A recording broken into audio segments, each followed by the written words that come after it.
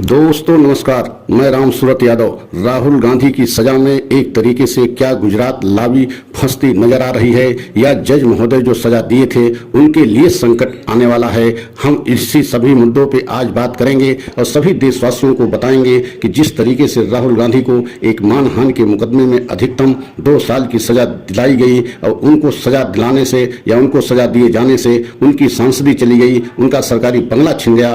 एक तरीके से जिस तरीके से जनता की वह आवाज बने थे, जनता की आवाज उठा रहे थे, उस पर एक तरीके से विराम लगाने का एक बहुत बड़ा जो है कार्य किया गया। लेकिन आज सभी देशवासियों को सिलसिलेवार बताऊंगा और सभी देशवासियों से निवेदन है कि थोड़ी देर आप वीडियो में बने रहेंगे तो आपको पूरी तस्वीर साफ नजर आएगी कि गुजरात लाबी किस तरीके से फंसती जा रही है और जज महोदय के ऊपर भी एक तरीके से संकट मंडरा रहा है। क्या उनको भी सजा मिल सकती है? तो आप सभी देशवासियों से अपील करते हैं कि हमारे वीडियो में थोड़ी देर बने रहिए, पूरा सच हम बताएंगे क्योंकि यह मामला अब सुप्रीम कोर्ट में पहुंच गया है।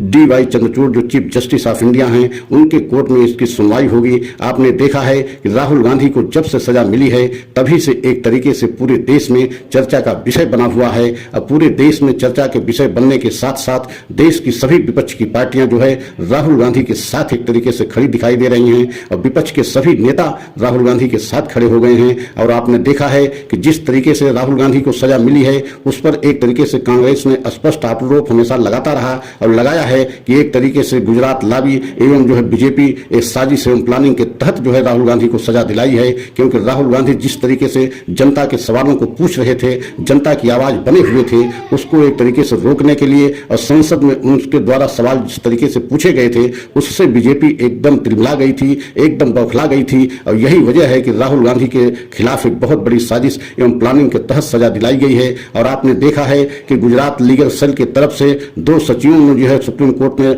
याचिका दाखिल किया था और उस पर सुनवाई करते हुए सुप्रीम कोर्ट ने बहुत बड़ा जो है गुजरात में जजों को झटका दिया। मतलब 68 जजों का प्रमोशन रोक दिया गया और उन 68 जजों में मतलब जो राहुल गांधी को सजा दिए थे हरीश हसमुख भाई वर्मा वह भी थे। मतलब उनका भी प्रमोशन एक तरीके से रोका गया। एक तरीके से देखा जाए तो एक सजा उनको मिल गई। मतलब वह मुख्य न्यायिक मजिस्ट्रेट से एडीजे बनाए गए थे और 68 जो है जजों को एडीजे बनाया गया था और उसी में हरीश हसमुख भाई वर्मा भी थे। मतलब 68 लोगों का प्रमोशन रोका गया और उनका भी प्रमोशन रोका गया। तो एक तरीके से देखा जाए तो एक सजा उनको मिल गई और स्पष्ट जो है सुप्रीम कोर्ट ने सभी 68 जजों को एक तरीके से यह हिदायत देते हुए और गुजरात सरकार को ये जो है चेतावनी देते हुए कि इनको मूल पदों पर भेजा जाए। मतलब इसके पहले एडीजे बनाने से पहले ये जहां पे थे मतलब मुख्य न्यायिक मजिस्ट्रेट पर जिस पद पे थे सभी को वही पदों पर भेजा जाए। मतलब देखा जाए तो हरीश हसमुख भाई वर्मा जो मुख्य न्यायिक मजिस्ट्रेट थे और उन्होंने ही राहुल गांधी को सजा दिया था। तो एक तरीके से उनको बहुत बड़ा झटका लगा। लेकिन अभी तो मामला सब बचा हुआ है। ऐसा हम इसलिए कह रहे हैं कि राहुल गांधी की सजा पर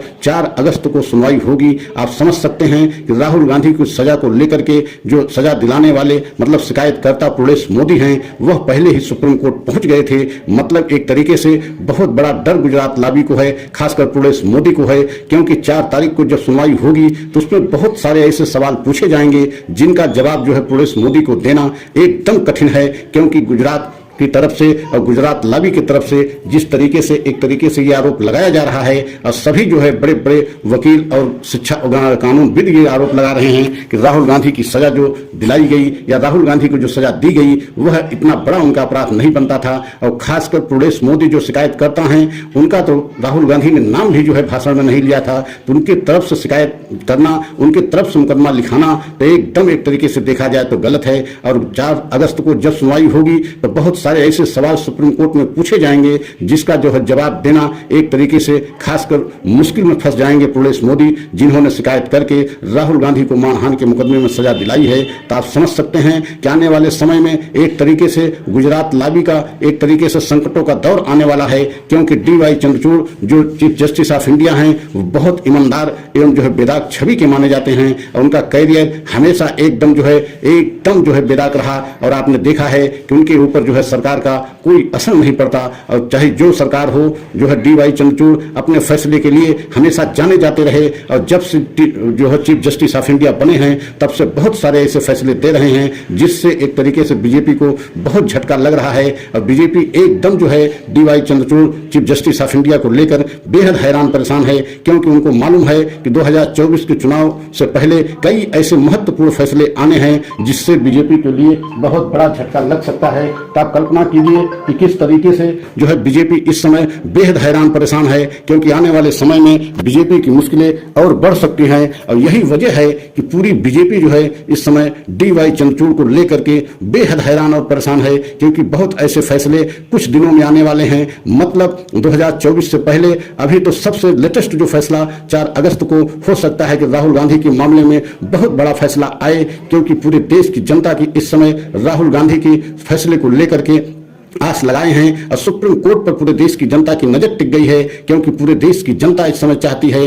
कि राहुल गांधी को सजा गलत दी गई है और उनकी सजा के हकदार राहुल गांधी नहीं है। जिस तरीके से राहुल गांधी पूरे देश की जनता में जा करके मिल रहे हैं और जिस तरीके से मिलने का उनका अंदाज है वह बेहद जो है जनता पसंद कर रही है। पूरे देश में इस समय एक तरीके से लोकप्रिय हो रहे हैं और पूरे देश की जनता उनको एक उभरते हुए जननायक नेता के रूप में स्वीकार कर रही है। और आपने देखा है कि जाते हुए रास्ते में किस तरीके से उन्होंने धान लगाते हुए देखे जाते हैं, लोगों के साथ बात करते हुए देखे जाते हैं, ट्रक ड्राइवरों के साथ बात करते हुए देखे जाते हैं, उनकी समस्याएं पूछते हैं और उनसे आने वाले जो है उनके जीवन में क्या समस्याएं हैं उन सब समस्याओं को जानते हैं। आपने देखा है कि मणिपुर में जिस तरीके से आज 3 महीने से मणिपुर जल रहा है, वहां भी एक तरीके से राहुल गांधी जाकर के 3 दिन जो है लोगों के दुख दर्द में शामिल हुए, उनके आंखों के आंसू को पूछने का काम किया। और आपने देखा है कि राहुल गांधी इस समय पूरे देश में एक तरीके से लोकप्रिय होते जा रहे हैं और उनकी चर्चा पूरे देश में एकदम जो है एक जननायक नेता के रूप में बनती जा रही है। जिस तरीके से एक समय में गांधी जी हुआ करते थे,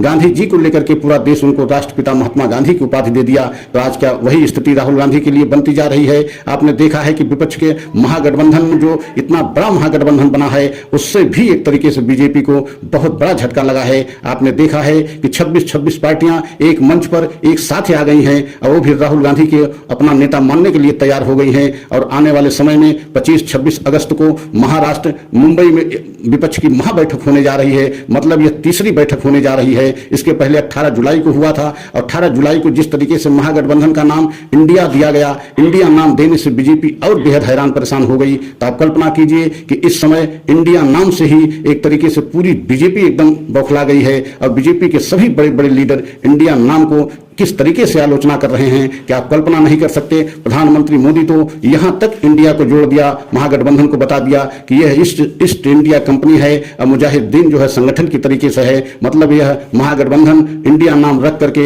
एक आतंकवादी संगठन है। आप कल्पना कीजिए कि इंडिया नाम से कितना बीजेपी हैरान परेशान है कि आने वाले समय में क्या एक तरीके से बीजेपी को अपनी हार दिख रही है या इंडिया नाम से इतनी घबराई हुई है। तो अगर हमारा सच सभी देशवासियों को अच्छा लगा हो तो लाइक सब्सक्राइब करें, कमेंट के द्वारा अपनी राय अवश्य दें और यह भी बताएं कि क्या 4 तारीख को सुप्रीम कोर्ट में जब राहुल गांधी के केस में सुनवाई होगी तो उसमें एक तरीके से गुजरात लाबी को संकट जो है आने वाला है और खासकर पुलिस मोदी जो शिकायत करता है उनके ऊपर हो सकता है बड़ा आदेश आ जाए। तो अब सभी देशवासी को अच्छा लगा हो तो लाइक सब्सक्राइब करें, अगले सच की प्रतीक्षा करें। अगला सच हम पुनः लेकर के आएंगे। जय हिंद।